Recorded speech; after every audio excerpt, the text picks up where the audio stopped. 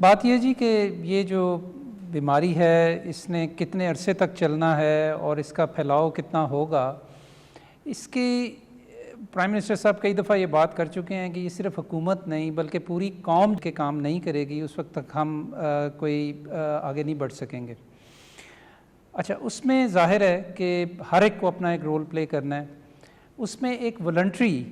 Force یا ایک رضاکارانہ جو حصہ ہے جو مختلف افراد ڈال سکتے ہیں وہ بہت ضروری ہے۔ جیسا کہ پرائم منسٹر صاحب نے پہلے بھی کہا، اب بھی کہا کہ ہم نے یہ جو سمارٹ لاک ڈاؤن کی جو پالیسی ہے یہ بھی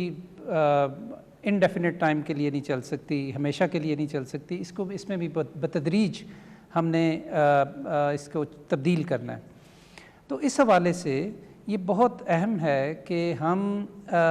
ایسے لوگوں کو موبلائز کریں کہ جو حکومت کے ساتھ مل کے دو کام کریں۔ ایک یہ کہ جو ہم نے ایس او پیز بنائے ہیں مختلف سیکٹرز کے لیے، ان کا نفاذ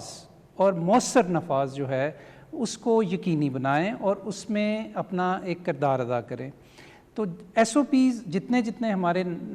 صحیح طریقے سے نفاذ ان کا ہوتا جائے گا، اسی طریقے سے ہم اس قابل بنتے جائیں گے کہ ہم زیادہ سے زیادہ اپنی جو معیشت ہے اس کو کھول سکیں۔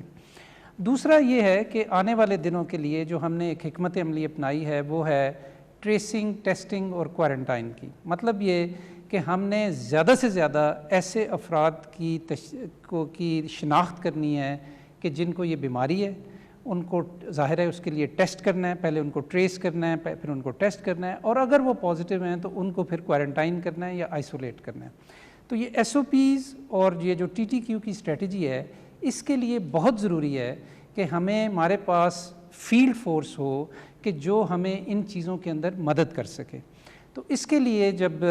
وزیر اعظم صاحب نے یہ والنٹری ٹائیگر فورس کا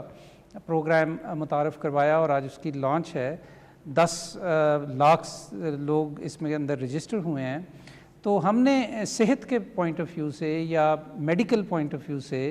یہ دیکھنے کی کوشش کی کہ ان 10 لاکھ لوگوں میں کتنے لوگ ہیں کہ جن کا صحت یا طب کے شعبے کے ساتھ تعلق ہے۔ تو مجھے بڑی خوشی ہوئی یہ جان کے کہ تقریباً 17,000 ایسے والنٹیئرز ہیں اس میں کہ جو براہ راست یا بالواسطہ صحت یا طب کے شعبے کے ساتھ جن کا تعلق ہے، اور ان میں 1800 کے قریب تو صرف MBBS ڈاکٹرز ہیں۔ تو اب جب ہمیں یہ پتہ لگ گیا تو پھر عثمان ڈار صاحب کی مدد کے ساتھ اور ان کے تعاون کے ساتھ ہم نے ان 17,000 لوگوں کو ایک اسپیشل سوال نامہ بھیجا اور ایک اسپیشل کویسچنئر بھیجا کہ جس میں ہم نے ان سے یہ پوچھا کہ آپ اپنے علاقے میں، اپنی یونین کونسل میں یا اپنے محلے یا اپنے آبادی میں آپ بطور ایک ہیلتھ پروفیشنل کیا رول اپنانے کے لیے تیار ہیں۔ تو اس کے اب ہمیں جوابات آنے شروع ہو گئے ہیں، ہزاروں کی تعداد میں ہمیں جوابات موصول ہو چکے ہیں، اور اس کی بنیاد کے اوپر اب ہم ان کو وہ جس کا عثمان ڈار صاحب ابھی ذکر کر رہے تھے جو انہوں نے پائلٹ کیا ہے سیالکوٹ میں، وہاں بھی انہوں نے یہ کیا ہے، تو ہم ان صحت سے منسلک لوگوں کو مخصوص رول دینا چاہتے ہیں تاکہ اگر مثلاً کوئی نرس ہے یا کوئی پیرامیڈیکل ہے تو وہ ہمیں ایس او پیز کے نفاذ